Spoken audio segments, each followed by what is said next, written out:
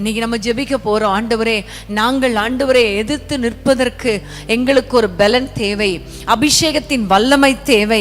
பிசாசுக்கு இடம் கொடாமல் இருப்பதற்கு எங்களுக்கு ஒரு ஆண்டவரே ஒரு வெளிப்பாடு தேவை. விசுவாசத்தில் உறுதியாயிருந்து எதிர்த்து நிற்கணும்னா எங்களுக்கு விசுவாசத்துல ஒரு உறுதி தேவை ராஜா. எல்லாரும் ஜெபிக்க போறோம். ஆண்டவரே, பிசாசு எந்த பக்கத்தில் வருகிறான் என்பதை அறிந்து கொள்ளக்கூடிய ஒரு அபிஷேகத்தை தாங்க. ஆமென், ஹல்லேலூயா. ஜெப வேளையில் ஆண்டவர் நம்மோடு கூட பேசினாரே. யாகேலுக்கு அந்த சிசராவை குறித்து கர்த்தர் அடையாளம் காட்டி கொடுத்தார். அதனாலதான் அந்த சிசராவை மேற்கொள்ள யாகேலுக்கு கிருபை பாராட்டினார். எதிர்த்து நிற்க யுத்தம் பண்ண கிருபை பாராட்டினார். அதே வேளையில பிசாசின் தந்திரத்தை இந்த ஏவாள் அறியாததுனால அவள் விழுந்து போய்விட்டாள்.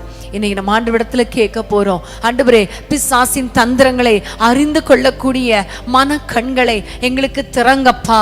அவன் எந்த வழியாய் வருகிறான், எப்படி வருகிறான், எப்படி ஒருவேளை சில சமயங்கள்ல வாக்குவாதம் மூலமாய் வந்துருவான், சில சமயங்கள்ல கோபம் மூலமா வந்துருவான். இதெல்லாம் அடையாளம் கண்டு அப்பா நாங்கள் அவனுக்கு இடம் கொடுக்க கூடாது, இந்த பிசாசுக்கு நாங்கள் எதிர்த்து நிற்கணுமே என்று சொல்லி எல்லாரும் ஆண்டவரை நோக்கி நம்ம எல்லாம் ஜெபிக்கலாமா?